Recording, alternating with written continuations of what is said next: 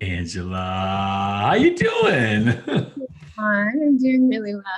Oh, it's so good, so good. I am so excited to talk to you today, just to pick your brain on so many things: producing, directing, acting. I mean, all of it, all of it, all of it. But I'm going to start with a hard-hitting surprise question for you. You ready? Yeah, I'm ready. Okay, okay, okay, okay, okay. Don't be too Let me scared. get Don't on be my too. seat. Well, this podcast is all about mindset, and it's all about, really getting behind the things that get you to the place that you want to be. And your word of the year is shine. And so I just want to know, how is shine working out for you this year? It's actually right here. I want to Oh, necklace. yes, It's yes. my quiet reminder daily to sort of check it out. It's going really well because just having that word at the forefront of my head is reminding me, is this action that I'm taking today helping me to shine? Mhm. Uh, would this project that I'm working on or that I'm getting proposed to work on help me to shine? Um, how can I shine more in what I'm doing day to day? Am I hiding myself a little bit? It's COVID. We're all trying to like come out of our shelves now that our shelves Mhm. our shelves now that we're vaccinated, and or at least some of us are, and things are opening up a little bit, right? So I think it was also a product of COVID. It's a little harder to shine, Mm. and people are insular. I wasn't feeling it, and so trying to remember to open up. You have to let the light pass through you, Mhm. and when that happens, miraculous things occur. Yeah, yeah. And it definitely is. I think we had to switch our perception or, perspective also on how to shine. It had to become a little bit different. I was used to going around on stages and shining, if you will. And now it's like, this is the stage, but it's like, it also feels like my home. It is your home right now. And Yeah. it's huge because I've been doing a lot. It's Mental Health Awareness Month, so I'm doing a lot of talks right now. Sharing the stage with other people, whether it be over Zoom or Instagram Live or anything like that, helping the work to shine through, helping the purpose to shine through, and I think that that's what carries me through most of it. But on the acting front, I am excited. I just did get a response from my target agents I'd like to partner with, and we have a meeting Mm. today. So that's a little bit of shininess coming my way, which Yes. I'm excited about. Total shine. We'll take it. We'll take it. So, I know that you're one of those actors, like you just said, about mental health awareness month, right? And we're going to get into that because that has a lot to do with the film you produced and you didn't direct it, but you definitely put it all. It's like your baby. So, and I guess my question I want to know is, actors, we hear all the time about do your own material, get your own material out there, do this whole thing, and you went and did it without grace. And you've been trailblazing with Charlie Bear Productions. Make sure I say that right. Charlie Bear Productions. Let's start there. How did that come to be? I really wanted to make my own work, create the roles that I wasn't getting the opportunity to play. Mm. I started getting really inspired by writing comedy when I was on stage performing at UCB. Mhm. So I started taking sketch comedy writing classes, and being surrounded by that all the time inspired me to move forward and get something going of my own. For as much as I loved performing there, I felt like I really wanted to be in front of the camera. And so taking a step out of the moldy basement in New York City where it was onto my stage or my set rather was really fun and empowering. And starting the production company then helped shift the focus to what's my mission? What types of projects do I want to create? What is that mission statement just for me, or does it exist outside of me? And then when you're building something that's much larger than you, it's easier to take a step outside of yourself and really say, like, what do I want to contribute to this world, and how do I want to do that? And then it doesn't have to just be about my acting career or booking other roles, but really empowering myself to say, what's a statement that I want to make, and how do I want to show up in the world? Yeah. Do you ask that? So do you ask that question of yourself every time there is let's call it a script or a project that comes across your desk? Like, what do I want to say with this? Or what's my mission? Is that something you actively ask, or is that just something you said when you first created your production company? No, it's now something that I actively ask. I actually made myself a questionnaire last year because I had about 10 scripts in my inbox that people were sending my way to help produce and act in. And I had to get laser focused because they were all features, and features are a huge endeavor. You know, you're in bed with that baby for 7 to 10 years. And so it has to motivate you to get up every day and work on it. And in order for that to happen, it was easy for me with Without Grace. I wrote it, I produced it, I starred in it. I got to work with my mentor, which was incredible. The platform for which the topic existed was something I was super passionate about. I was getting up every day for that. When it's something that someone else wrote, you know, you want to be true to their vision and their words and bringing it to life. But it also has to align with Charlie Bear's mission. And then if I'm going to act in it, it has to align with, you know, what types of projects do I want to further my acting career? What's my track right now? And is it fitting into that? Yeah, you know, it's so interesting. One of the things you said that stuck out to me that I think everybody listening, everybody that's watching should really take to heart was one of the reasons you did this was because you weren't getting the roles you wanted, right? So if like, I want to be a superhero and that's not coming across your desk, or I want to be the lawyer, the detective or whatever, create it. Right, is what I hear you saying underneath all of it, but really big time, like, you know, I wasn't getting it, so I created it. And I wonder why we don't do that more. I wonder why actors, I feel like we've been told this for a very long time now. Like, why aren't more actors like, let me just pick up a camera, a script and something like that and do it? Do you have any idea about that? Yeah, I think there's a lot of things. There's a lot of answers to that question, DaJuan. I'm going to start with the first thing is getting over the hump. So doing it the first time. That is the biggest challenge. You feel insecure. I'm an actor. I'm not a writer. What's my business here writing? I've never raised money. It seems like an arduous and overwhelming task. How am I going to do that? I mean, you could go on, right? I think some of the answers to those questions are you have to partner with a team. Yeah, right. It's fear. It's 100% fear. 100% fear. You know, you don't see yourself in the position. You're not a filmmaker. A million things of I'm not enough. I'm not this. I'm not that. I don't measure up. And I think you just have to get rid of all of that, and you have to laser in on what's my point of view, what's the story I want to tell, why do I want to tell it, and when that mission lines up, it just unfolds on its own. Yeah. You wake up every day and it happens, and things literally fall into your lap. An angel investor fell into my lap for that film. Everything came together. Not that I didn't work my butt off, not that, you know, every day I wasn't focused on that project, but sort of like when you've got the train on the track and the train's going, people want to jump on. Yeah. Yeah. That's one of my favorite sayings. People want, I say it a little bit differently. I say people want to get in on a moving train. Yeah. That's just it. People want to get in. When we're talking about you mentioned at the top of this that you have your target agent, right? Or your target, like people like if you sit back and you're thinking to yourself, oh, I need an agent, but go out there and create all this stuff. People are going to come to you. They're going to see all this greatness that you're doing. People want to get on a moving train instead of a train that's like, all right, well, we're going to be boarding in about 3 years. You know, and I love the agents that really support creating your own work too, because they understand that then you're putting your effort and your foot forward every day. You're bringing that energy toward yourself, and they get 10%. Yeah. They buy and sell. You need to do 90% of the work if you want that paycheck and if you want that career. So 10% of a career, it's not all that exciting if that's all you're putting into it, right? I love that. I agree. You know, but as we talk about Without Grace and all your other films, you mentioned that I just want to say, first of all, that it could be accepted for an annual Oscar, annual Academy Awards.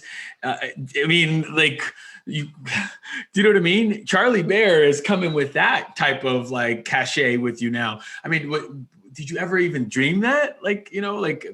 Was that your, I don't know what to say about that. I think we all kind of aim for the stage or the golden trophy or the platform to make a statement. And it was certainly in the back of my head, but I never went into it as a project saying like, I want to make an Oscar-winning film. I want to make a film that has Oscar-winning quality, right? Or Oscar-nominated, quality, right? But I did have a focus with that. You know, you have to be specific, and you have to have a strategic plan. You know, what is my goal in making this film? Is it to go to as many film festivals as possible? Is it to create a reel that I then send out to agents? Is it to become Oscar nominated? And then you have to do the research to find out what films came before it and did that, right? Achieved that goal, and then which festivals you apply for, and all of that, and then build relationships around that. And that was a huge learning curve for me. That was my first time ever applying to festivals, really stepping into a filmmaker position, even though I wasn't the director. I certainly was producing with a capital P. I hired a line producer to help me so that I could get out of my own way as an actor on set and really let someone else take the reins of producing. And that was one of the smartest things I ever did. And I actually became a line producer after that because I was so inspired by the line producer on my film. And I was so excited to help other, you know, creators and multi-hyphenates and filmmakers actualize their dreams, right? That was really exciting for me. I'm still really particular, obviously, with the projects that I work on because nobody has a million hours in the day. But I also think that there's a real strength in saying no, because then you're saying yes to everything that you really want. You're making space for that. Say it again. Say it again. That is so good. That's a good mindset. Yeah, when you say no to the things that you don't want, you're kind of saying yes to all the things that are coming your way, right? Yeah, sometimes you do have to do that. Can you just walk me through that process? I think sometimes that we can't see it because we've never lived it, and so sometimes we can't even like put that on our vision board or put that in our just dreams because we haven't seen it. And I love what you said about the Oscar. It's just that I didn't go out there thinking this is going to be the Oscar, but I did have that in my mind. I'm going to make an Oscar, you know, I'm going to make it the acting and everything else caliber, Oscar caliber. So I really love that part. But I guess just take us through that process from maybe inception to Amazon. I love that. So I was really inspired by Britt Marling. She did Another Earth, and she went to Duke. I went to Emory. They're very similarly aligned schools. She came out, did the feature film, shot it on the weekends when she had time. It ended up going to Sundance. She really became a powerhouse, not only as an actor. And the reason I listened to some interviews with her, and the reason why she did that was because she wasn't getting to play the roles she wanted to play, right? Really similar frustration of like, let me play like girl who gets killed number 3, or like hot girl in a bar, or whatever it is, right? Fill in the blank, the stereotype. Sexy black guy. There you go. Oh, sorry. It's about me. Go ahead. So I was really inspired by her. I love watching my peers or my colleagues succeed, and it really inspires me to do better. So I wanted to go on that path. So I took a screenwriting class, and I said, okay, I want to write a feature film. And then I got with my sort of think tank of friends who I collaborate with for accountability and such. And they said, well, why are you making it so hard on yourself? It's your first time. Like, why not make a short? And I said, oh, I hadn't thought about that, because I always go from like 0 to 60, right? Like I have to be like, because I'm thinking about over here, I'm not thinking about all the steps along the way, right? So I said, okay, I can write a short.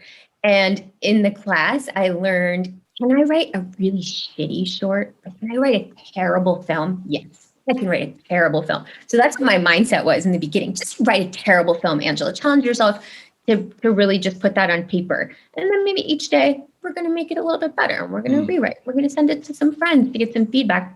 In that process, I was going through a really, really difficult time with some people who were very close to me, and the story was unraveling of itself. The story was based on a true story, and it was a really stressful time. And I found that writing was hugely cathartic for me. It was so healing. It was the only way I could process what was going on. So the story I ended up writing about was a story I had to tell. It came through me in a way that there was no other story there that was there was no other film that was going to get made. It had to be this one. And it was, I can't really describe it other than being like taken over by God, by the Muse, by the idea. You know, I had a showrunner who's really talented say to me once, you need to let the Muse know where to find you. So you need to show up every day. Yeah. It's like, get your butt in the chair and then the Muse will arrive, or get in front of the camera and be practicing. And the Muse will arrive. So I wrote this film and I would meet up with a friend at a cafe 3 times a week, and 2 times a week I would do it on my own, and we would just write from across each other. So fast forward, I was studying with Ann Dowd. She was my private acting coach at the time. And oh my goodness, we all know her talent. And she's got a heart of gold. She's a consummate mother. She just oozes and radiates everything that you want Hollywood to be. Yeah. You know? And so she was so inspiring to me. And I was like, oh my goodness, if it started to cross my mind, could she play the mother in this film? Would she play the mother in this film? And instead of saying no, I just wrote the role for her. And then I booked a private session with her once it was written. I sent it to her in advance. I said, I want to work on my character in this film. It's really complex and really emotionally demanding. She read it. I went in, we worked on it. And she said, honey, who do you have in mind to play, you know, this role, the mother in this film? And I said, well, you, if you'll do it. And she said, I would be honored. And I almost hit the floor.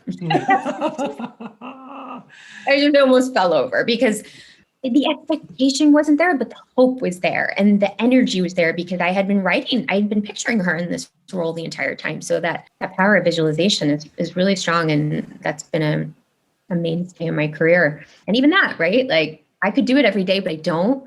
And I don't know what the resistance is to that. The fear of like it being a fluke and it happen again because it's happened a couple of times, but oh, maybe that's a coincidence.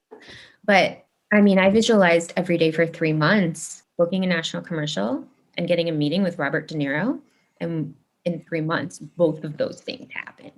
Yeah. And it blew my mind. And I was just like, okay, this is powerful. And then you can maybe get afraid of your own power, right? And you're just like, I don't know what's going on. I'm gonna take a step back for a second and like marinate in all of this. That's so funny because that's what people do. People do that. They see a peak of how powerful they are. They see a peak of their manifestation powers, you know, and they chalk it up to a fluke or chalk it up to, it can't be real. Oh, let me back up, right? What we want to do is lean more into it. Yeah. Lean more into that. Yeah. Have that veracity and sink your teeth into the ass of life approach, which I try to keep as a mantra, you know, like keep it light and funny, but really go after it and be fearless, right? So yeah, so then I had Anne on board and I went to a party. I started trying to connect with producers, and there was one producer I really wanted to talk to, an Oscar-winning producer. I was really trying to surround myself with the vibe and the people who were at expert level to up my game, so I could never be the smartest person in the room, always be learning from everyone around me and make that kind of quality film. And it came to me. I ended up having an amazing meeting with this Oscar-winning producer who I said, Dallas Travers gave me great advice. I know you love Dallas too. I do. At one point she had said, if you had a meeting with someone, instead of asking what they could do for you, why not ask them to introduce you to like 5 people they really respect? And I was like, what? That is amazing. So when I had this meeting with this producer, I said, you know, I really want to hire a talented female director. Who's on your radar? Is there someone that you meant that I could connect with? That's how I ended up with my director. He was really, really powerfully aligned with the mission. I went to a party, ran into an old friend who had left acting to pay for a film he had put all of his money into and lost all the money. Wow. That's a whole other story. That's a whole other story. Yeah, I recommend crowdfunding. Don't put it on your credit card. But also, he said, what are you doing? I said, oh, I'm making this movie with Ann Dowd, and I'm about to start fundraising. And he said, Ann Dowd, I love Ann Dowd. I know her. And I was like, Kat, you know Ann? I didn't know you knew it. I'm in for $5,000. What? And this is someone who he had been in previous projects of mine that I had made. So then that just, kept moving, right? So each day just kind of walking up that like little Price is Right ladder.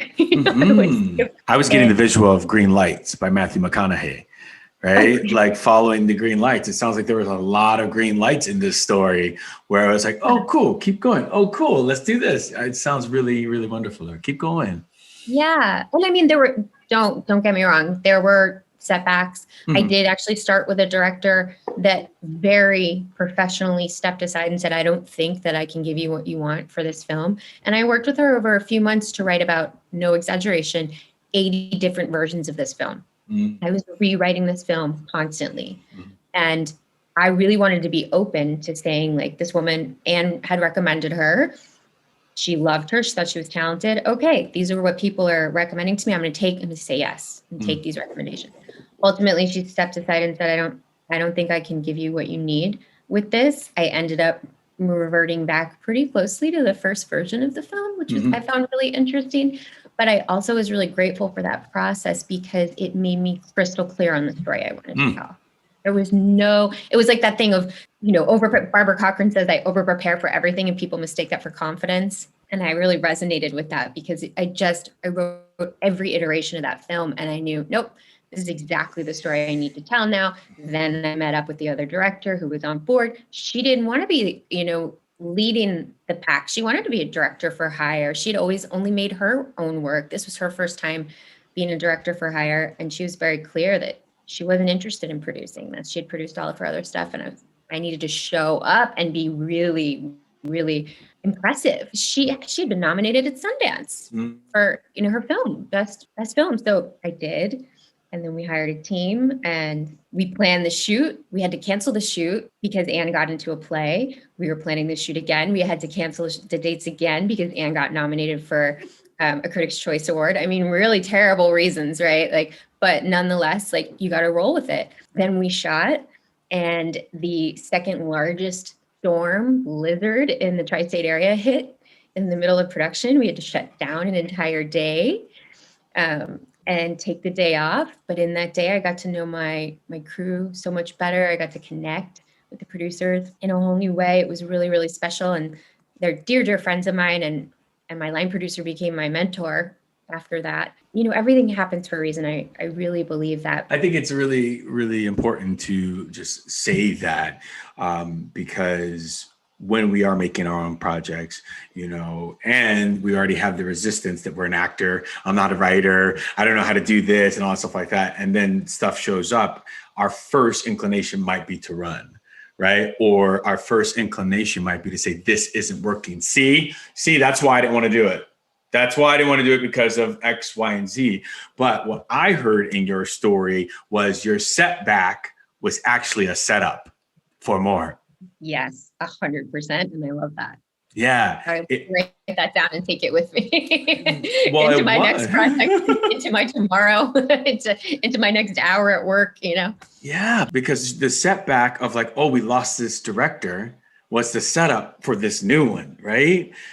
Right. And you kept saying it over and over again. We had lost a day, but then I got to know my cast better, my crew better, and it seems like what I'm hearing is it's all how you view that situation, right? It's all how you view it. So I'm excited about all of that. I know, right? But you've acted alongside, so many big names. I saw Al Pacino on your reel and I was like, hello, not just Al, but Al Pacino. What was that like? Epic. Right? And honestly, I'm a lifelong learner. So for me, it's easier to see when my learning opportunities are there. Because most things in life are. But I was standing on stage with Barry Levinson, who is such an actor's director, an Oscar-winning filmmaker, while he's directing Al Pacino. So I'm just a sponge. I'm just absorbing everything, right? And try not to ask too many questions because wasn't about me. Al was a star. Obviously I was in the film and I mattered, but I knew my place. Right. But knowing your place, that was the other thing, right? Again, being willing to ask for what you want. And I said to him, I had 3 days on set with him. And I said, if I do not ask him all the things that I ever wanted to ask him right now, I will never forgive myself. You know, I will always be kicking myself later. So my main question to him was, do you have advice for me? Like, what advice would you have for an actor right now to really get to the next level and step up and achieve my dreams? Like, you've had this incredibly epic career. And he said, well, you're here, aren't you? But it's hard to have perspective sometimes. So that was telling. And then the other thing he said, which I really embraced, and I still embrace it. And it was already happening, but it was acknowledging that and, you know, keeping forward, giving me that zhuzh in the engine to keep doing it, to keep writing, was have another creative pursuit that really inspires you, because this business is hard and it's so much about luck. And you need to be creatively inspired on a daily basis to feel fulfilled. And you don't get to control the outcome. And I said, well, I'm writing and I really love it. And he said, good, keep doing that. And I said, you know, I challenged him at one point. I said, Bob De Niro also told me that this business was a lot about luck. And obviously, they go way back. Yeah. And I felt a little bit cool saying that, you know. But I felt like I was also like, okay, I sound legitimate here in this moment. I think he's an old colleague in front of his. Bob De Niro also said this business is a lot about luck. Another Dallas moment. And you know what, DaJuan, I hate to say this because I think you're amazing at what you do. So I'm sorry if I mentioned Dallas twice, but that's how you and I came to meet each other. So I think that that's only a great thing. Dallas is a mentor of mine, and she has changed my life and so many people's life and extensions through her, through me. And so please mention her as much as possible. Well, another ism of hers that I learned from her, I think she probably learned it somewhere else, was, you know, luck is when preparation meets opportunity. And so I said to Al, well, don't you think luck is when preparation meets opportunity? Yeah. And here I am, this like feisty young girl on set. It's like giving this like epic monologue in this film. And he turns and he looks and he says, yeah, okay. Well, tell Bob you got that from me. I said, okay, I'll do that. And you know, the longer I'm in this business, the more I understand what he's talking about. We have so little control over the outcome, and it's really, it is luck. It is the muse. It is, you know, right timing and right place, and we don't know what the outcome's supposed to be anyway, right? So it's just kind of like green light, green light, green light. Follow the green light. Yeah. You know, one of the things you said that was just reminded me, hit home, was when he said, Al Pacino, if you're listening, everybody, again, said, well, you're here, aren't you?